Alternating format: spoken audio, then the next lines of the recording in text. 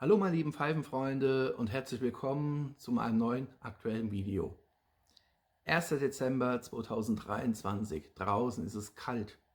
Keine Möglichkeit, ein Tabak-Review zu machen. Folglich sitze ich oben, sitze bei uns hier im Wohnzimmer im Dachgeschoss und war der Meinung, ich habe gerade ein bisschen Zeit, drehst mal schnell 3 Filme, 3 Videos und ich habe ja danach alle Zeit der Welt, um diese aufzubereiten. Jetzt möchte ich euch daher eine Pfeife vorstellen, und zwar geht es ganz konkret um diese Pfeife hier.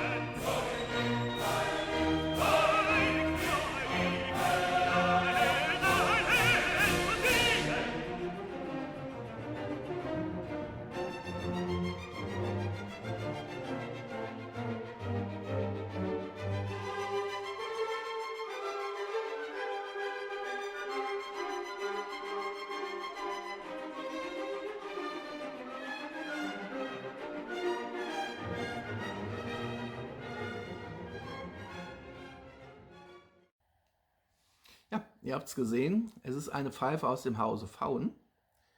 Hier ist das gute Stück nochmal. In einer samtigen Oberfläche, also kein Hochglanz, sondern wirklich samtig. Ist so ein bisschen vergleichbar mit der Silke Brun-Reihe von Stanley, was die Oberflächenbehandlung angeht. Wie ihr auch hier gut erkennen könnt, Weißpunkt. Es handelt sich hierbei um eine Pfauen Nummer 14. Mehr Informationen gibt es zu dieser Pfeife leider nicht.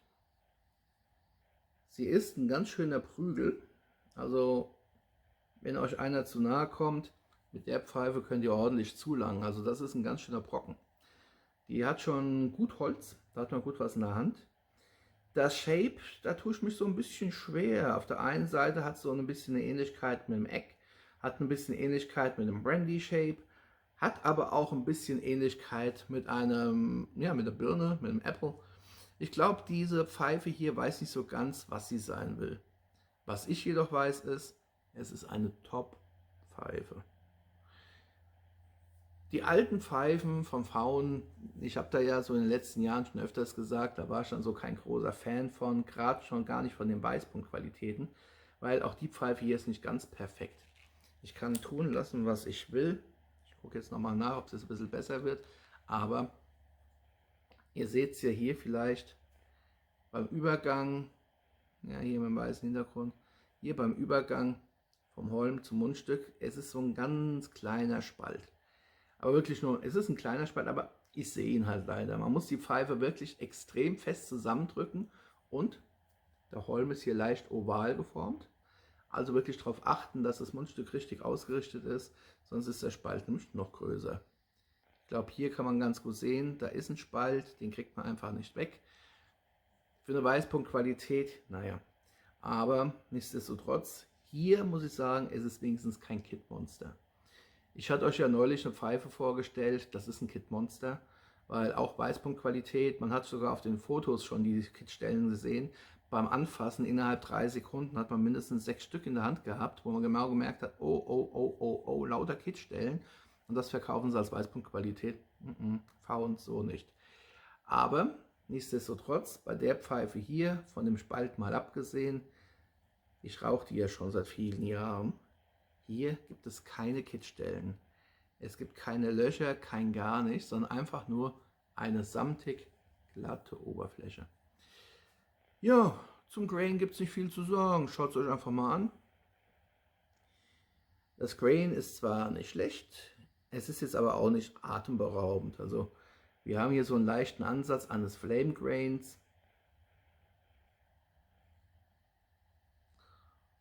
Mehr nicht. Ist aber auch egal. Ich mag diese Pfeife hier aus ganz anderen Gründen.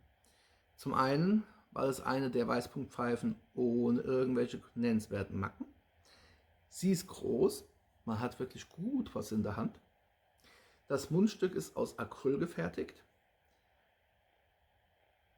Relativ kräftig, wenn auch hier verhältnismäßig flach gearbeitet. Gut aufgefächert, also da ist nichts zu mäkeln.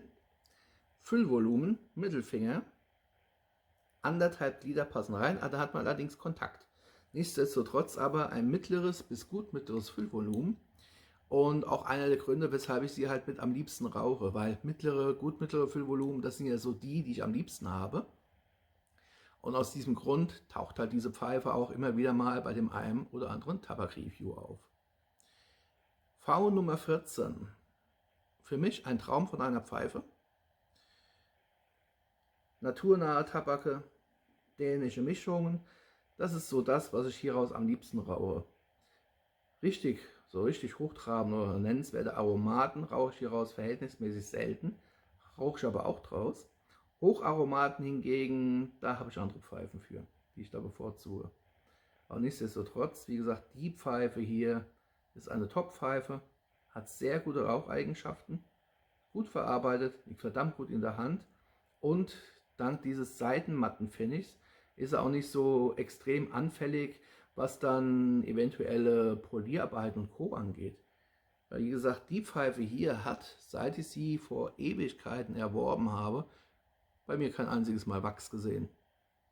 Reinigen, wischen, polieren, fertig. Mehr ist bei einem Seidenglanz-Finish nicht zu tun.